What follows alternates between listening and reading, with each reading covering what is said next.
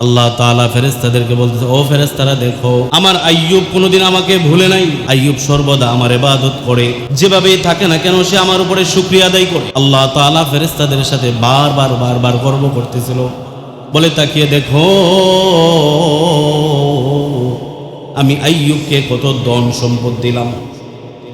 বর্তমান সিরিয়া আর লিবিয়ার মাঝখানে যতগুলো রাষ্ট্র, এই সবগুলো রাষ্ট্র মিলিয়ে ছিল শাম দেশ।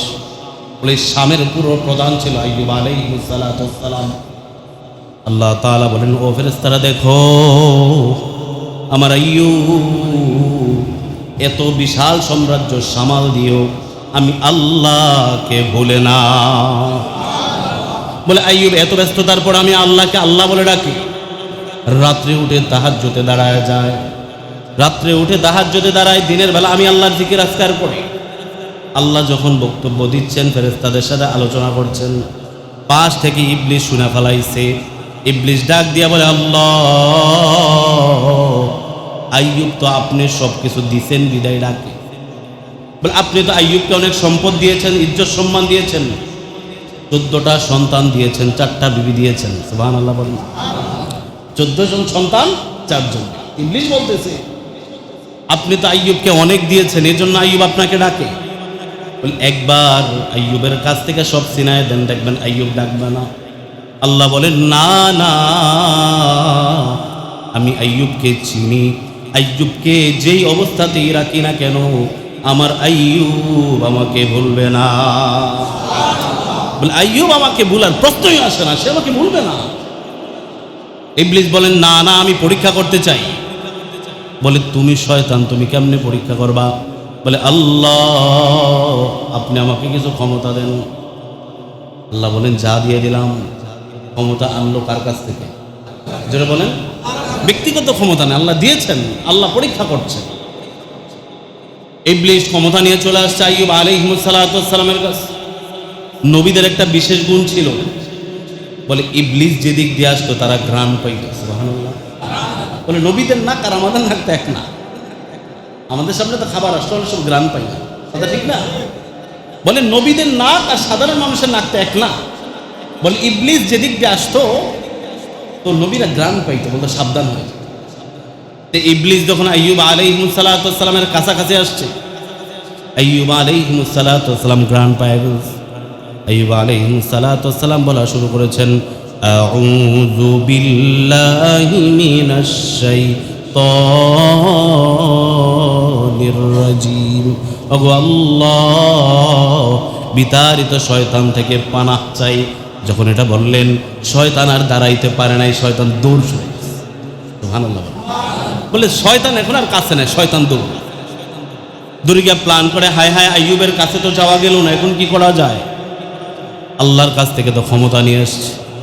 বলে আইয়ুবকে কিছু করা গেল না। এবার আইয়ুব আলাইহিস সালামের মাঠকে মাঠ ভরা ফসল আর ফসল আর ফসল। বলে হাজার হাজার মাইল জোড়া শুধু ফসল হয়। বলে চোখের ভিতরে শুধু পশুর পাল আর পশুর পাল। শয়তান এবার চিন্তা করলো যে না না, আইয়ুবের সমস্ত মালগুলোকে নষ্ট করে দিব। বলে এমন একটা গরম বাতাস দিস, বলে এক বাতাসের কারণে আইয়ুব আলাইহিস সালামের যত ফসল আছে সব পুড়ে গেছে। এই জিনিসটা আগে বুঝতাম না যে বাতাস আবার ফসল পুড়ে কিভাবে। ইদানিংকালে অনেক সময় দেখবেন পাশের জমি সব ভালো, মাঝখানে একটা পুড়ে গেছে, এমন হয় না? দেশগ্রামের লোক যারা আছেন দেখছেন না আপনারা? তো এরকম আগে এটা বুঝে আসতো না, কিন্তু ইদানিংকালে দেখা যায় এরকম হয়। তো শয়তান এরকম একটা বাতাস দিছে, এই ক্ষমতা তো দিয়েছেন আল্লাহ পরীক্ষা করার জন্য। বলে যখন এটা বাতাস দিয়েছে, বাতাসের কারণে আইয়ুব আলাইহিস সালাম সমস্ত ফসলগুলো পড়ে গেছে। যত পালের ভিতরে যত মহিষ, উট, ছাগল যা ছিল সবগুলো দৌড়ে আসছে। যত শ্রমিক ছিল, রাখাল ছিল, সবাই দৌড়ে আসছে। বলে নবী আইয়ুব, কেমন জানি এক বাতাস আসছে, সমস্ত ফসলগুলো পুড়ে গিয়েছে, আমাদের যত পশু পাখি ছিল সব শেষ। আইয়ুব আলাইহিস সালাম বলেন, কোনো সমস্যা নাই, সমস্যা নাই, আলহামদুলিল্লাহ আলা কুল্লি হাল। বলে আমার আল্লাহ যেভাবেই রাখেন সেভাবেই আলহামদুলিল্লাহ। বলে কোনো সমস্যা নাই। আমি আমার রবের উপরে সন্তুষ্ট আছি। সুবহানাল্লাহ বলেন। এই তো গেল মালের উপরে আযাব। আইয়ুব আলাইহিস সালাতু ওয়াস সালামের সন্তান কয়জন জানি বললাম? আইয়ুব আলাইহিস সালাতু ওয়াস সালামের 14 জন সন্তান এক জায়গায় বসে পড়াশোনা করত। যেই দালানের ভিতরে ছিল, শয়তান হঠাৎ করে দালানকে ভেঙে দিস, বলে ছাদ পড়ে 14 জন সন্তান একসাথেই শেষ। সবাই দৌড়ায় আসছে, বলে আইয়ুব তোমার যে 14 জন সন্তান ছিল একজনও তো নাই, সবাই মারা গেছে। আইয়ুব আলাইহিস সালাতু ওয়াস সালাম বলেন, আলহামদুলিল্লাহ, আমি আমার রবের উপরে সন্তুষ্ট আছি। আমার রব আমাকে যেভাবে রাখে ওইভাবে আমি আল্লাহর উপরে সন্তুষ্ট। সুবহানাল্লাহ। বলে আমার রব যা করেন তাইতে আমি খুশি। এখন শয়তান চিন্তা করে, কি রে, মালের উপর দিয়ে গেল, সন্তানের উপর দিয়ে গেল, আইয়ুবকে তো ফিরানো যায় না। এখনো আইয়ুব শুধু বসে বসে বলে আল্লাহ আল্লাহ আল্লাহ আল্লাহ আল্লাহ। বলে আইয়ুব তার মুখ থেকে আল্লাহকে ছাড়ে না। আইয়ুব শুধু তার রবের নামই জপে। আইয়ুব আলাইহিস সালাতু ওয়াস সালামের অবস্থা হলো যে আল্লাহ যেভাবেই রাখেন আমি তো সবরকারী, আমি আমার আল্লাহর উপরে সর্বদা রাজি আছি। আল্লাহ যেভাবেই রাখেন আমি ধৈর্যশীলদের অন্তর্ভুক্ত থাকবো ইনশাআল্লাহ। আইয়ুব আলাইহিস সালাতু ওয়াস সালাম যখন মাল চলে গেল, সন্তান চলে গেল, আমরা যদি ওই জায়গায় হইতাম চিন্তা করতাম আল্লাহ করলোটা কি? কথা ঠিক কিনা বল? আল্লাহ করলোটা। আইয়ুব আলাইহিস সালাতু ওয়াস সালামকে যখন কোনো বিষয়তে কাজ করা যাচ্ছে না, হঠাৎ করে শয়তান চিন্তা করলো যে একটা ভাইরাস দিয়ে দিই। ক্ষমতা কিন্তু শয়তানের না, দিয়েছে আল্লাহ তার নবীকে পরীক্ষা করার জন্য। যে একটা বাতাস আসলো, আইয়ুব আলাইহিস সালাতু ওয়াস সালামের পুরা শরীরের ভিতরে পা থেকে মাথা পর্যন্ত ছোট্ট ছোট্ট গুটি গুটি গুটি গুটি, তাফসীরের কিতাবে আসছে, ছোট্ট ছোট্ট গুটি গুটি গোটার মতো উঠছে এবং এটার মধ্যে পানি পানি ছিল, সাদা পানি পানি ছিল। বলে যখন গুটি গুটি উঠলো, আইয়ুব আলাইহিস সালাতু ওয়াস সালামের পুরা শরীরে গুটি গুটি উঠছে এবং শয়তান পুরো এলাকার ভিতরে একটা সংবাদ ছড়াই দিছে, বলে এই তোমরা কেউ আইয়ুবের কাছে যাইও না, আইয়ুবের ধরা কিছু খাইও না। আইয়ুব যেটাকে ধরে ওইটা যদি কেউ খায়, আইয়ুবের কাছাকাছি যদি কেউ যায়, এই রোগটা তার শরীরে ছড়ায় যায়। নাউজুবিল্লাহ বলবেন। যখন এটা শুনছে সব মানুষ আস্তে আস্তে দূরে যাওয়া শুরু। এবং আইয়ুব আলাইহিস সালাতু ওয়াস সালামের যে 4 জন স্ত্রী ছিল, এর ভিতরে 3 জন স্ত্রী তারা চিন্তা করলো যে আইয়ুবের কাছে থাকা যাবে না, যদি আইয়ুবের কাছে থাকি আমাদের অবস্থা খারাপ হয়ে যাবে। এ বলে 3 জন স্ত্রীও চলে গেছে। রইল স্ত্রী কয়জন? একজন স্ত্রী আবার সেরকম ফ্যামিলির মেয়ে। দেখেন ওই যে আমাদের অনেক সময় একটা কথা ওঠে যে বিয়ে শাদী করার সময় জাতের মাইয়া দেখো, কি দেখো, কিরকম কি রক্ত কোন জায়গার এটা দেখো। এই ঘটনা থেকে, এই তাফসীর থেকে আমরা এটাও শিখতে পারি, মেয়ে যদি বংশের হয় তাহলে মেয়ের চালচলন সবকিছুই ভালো হয়। কথা ঠিক কিনা বলেন? এখন তো আমরা দিনদারি দেখি না, বংশ দেখি না, খালি দিয়ে টাকা পয়সা করতে শিক্ষিত কতটুকু করছে। কথা ঠিক কিনা বলেন? আইয়ুব আলাইহিস সালাতু ওয়াস সালামের যে স্ত্রী ছিল তার নাম রহিমা। কি নাম? বলে রহিমা। ওই যেটা আমরা বিভিন্ন গল্পেতে রহিমা বিবি নামে শুনি। বলে রহিমা তার বংশটা কেমন ছিল? ইউসুফ নবী আলাইহিস সালাতু ওয়াস সালামের নাতনি ছিলেন। তার নাতনি ইউসুফ আলাইহিস সালাতু ওয়াস সালাম ছোটখাটো নবী নাকি? যারা বলেন যেমন নবী তেমন তার ছিল অর্থ সম্পদ। যে আজিজে মিশর, যে পুরা মিশরের যিনি প্রধান ছিলেন তার তো অর্থ সম্পদের অভাব নেই। বলে আজিজে মিশর ইউসুফ আলাইহিস সালাতু ওয়াস সালামের নাতনি ছিলেন। একদিক দিয়ে হলেন নবীর নাতনি, আরেক দিক দিয়ে হলেন আইয়ুব আলাইহিস সালাতু ওয়াস সালামের বউ, নবীর স্ত্রী। তিনি কি সাধারণ কোনো মেয়ে? যারা বলেন এখন বলবেন ইসলাম মানেই তো কষ্ট করা। আমি তো বলি যে না না, রহিমা বিবি তো আসছেও বড় ফ্যামিলি থেকে, আইসা বউ হয়েছেন বড় ফ্যামিলির। আইয়ুব আলাইহিস সালাতু ওয়াস সালাম বিশাল সাম্রাজ্যের বাদশা ছিলেন। এত কিছুর পরেও যখন তার স্বামী কষ্টে পড়ছে তিনি কিন্তু ছাইরা গেলে পারতেন। তিনি বলছেন যে না না, আমি আপনার সুখের সাথীও ছিলাম, আমি আপনার কষ্টের সাথীও হব। সুবহানাল্লাহ বলি সবাই। তো সবাই চলে গেছে। এখন পুরো এলাকার ভিতরে আওয়াজ ছড়াই দিস, বলে আইয়ুব যেদিকে থাকবে সেদিকে যাওয়া যাবে না। কিন্তু আইয়ুব বলেন তোমরা যাই করো আমি সবরকারীদের অন্তর্ভুক্ত আছি, আমি আমার আল্লাহর উপরে কোনো কারণেই নারাজ হব না। সুবহানাল্লাহ। এখন সবাই মিলে এলাকার ভিতরে সিদ্ধান্ত নিয়েছে, বলে আইয়ুব যদি এই এলাকার মধ্যে থাকে আমরা তাকে জ্যান্ত কবর দেব, মাটির ভিতরে পুঁতা ফেলাম। বিশাল লম্বা ঘটনা, 18 বছরের ঘটনা, তো একদিনে বলা সম্ভব। তো এখানে আইয়ুব আলাইহিস সালামের যখন প্ল্যান করলো যে ওনাকে জ্যান্ত কবর দিবে, তো ওনার স্ত্রী চিন্তা করলেন যে না না, আমার স্বামী যদিও অসুস্থ, আমি তাকে যেভাবে নিয়ে হোক এলাকার বাহিরে চলে যাবে। এখানে বিশাল লম্বা ঘটনা। মূল ঘটনা শোনার উদ্দেশ্য না, সবরকারী যারা, সবরকারী কেমন হওয়া লাগে এটা আপনাদেরকে বোঝানোর উদ্দেশ্য। আইয়ুব আলাইহিস সালাম এলাকা থেকে বের হয়ে গেলেন। এলাকা থেকে বের হয়ে অনেক দূরে চলে গেছেন। সেখানে যাওয়ার পরেও তিনি এত কষ্টে আছেন, খাবার নাই, শুকনা খাবার ছিল, অর্থকড়ি ছিল, সব শেষ হয়ে গেছে। আইয়ুব আলাইহিস সালাম পুরো শরীরে পোকা, ভাই পুরো শরীরে পোকা। বলে আইয়ুব তখনও নামাজ ছাড়ে না।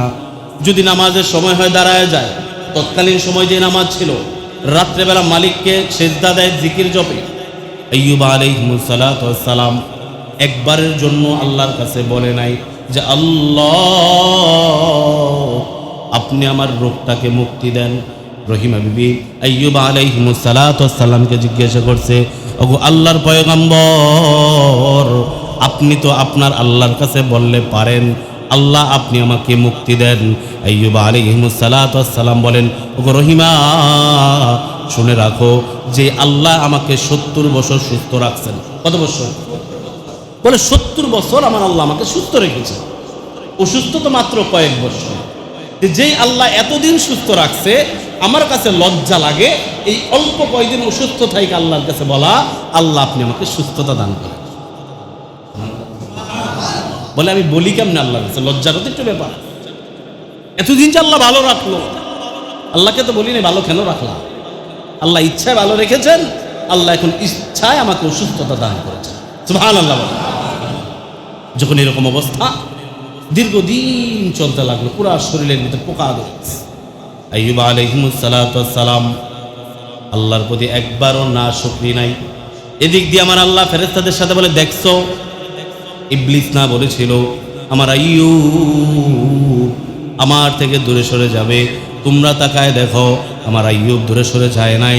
আমি আমার আইয়ুব থেকে মাল সম্পদ কাইরা নিয়েছি, সন্তানদের কেড়ে নিয়েছি।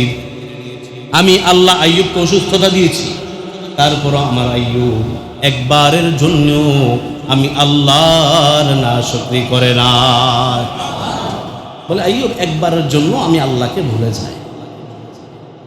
আইয়ুব আলাইহিস সালাম এরকম ভাবে প্রতিনিয়ত আল্লাহ শুধু ইবাদত ইবাদত ইবাদত। এদিক দিয়ে বিশাল লম্বা ঘটনা, তিনি কিভাবে সুস্থ হলেন, কিভাবে অনেক কিছু হলেন। মূল কথা হলো যে আইয়ুব আলাইহিস সালাম যে সবর করেছেন, ধৈর্য ধরেছেন, এই সবর করার শিক্ষা দিয়েছেন কে? জোরে বলেন, জোরে বলেন, আর একটু জোরে বলেন, কে কে কে? আইয়ুব আলাইহিস সালাম আল্লাহর কাছে কোনো দোয়া করেন। এদিক দিয়ে রহিমা যে ওনার স্ত্রী, বিভিন্ন চক্রান্ত হলো ওনার সাথে, সব কিছুর শেষ। আইয়ুব আলাইহিস সালামের যে পুরো শরীরে পোকা লাগছে, এই পোকাটা লাগতে একটা সময় গিয়ে জিব্রাতে ধরে ফেলছে। এই জিব্রার ভিতরে যখন ধরছে, তখন আইয়ুব আলাইহিস সালাম সেজদায় পড়ে আল্লাহর কাছে চোখের পানি বলে, আল্লাহ এতদিন অসুস্থ ছিলাম, আপনার কাছে একবারও বলি নাই যে আল্লাহ আমার কষ্ট হচ্ছে, কিন্তু গোমালি এখন আমি বলি যে আমার কষ্ট হচ্ছে। আমার কোনো শারীরিক কষ্ট না, আমার কোনো শরীরের কোনো ব্যথাও নাই, কিন্তু আমার মনের একটা ব্যথা, যেই জিব্রা দিয়ে আমি আপনার রবকে আল্লাহ আল্লাহ বলে ডাকি, ওই জিব্রাতে এখন পোকা লাগছে। ওগো মালিক আল্লাহ,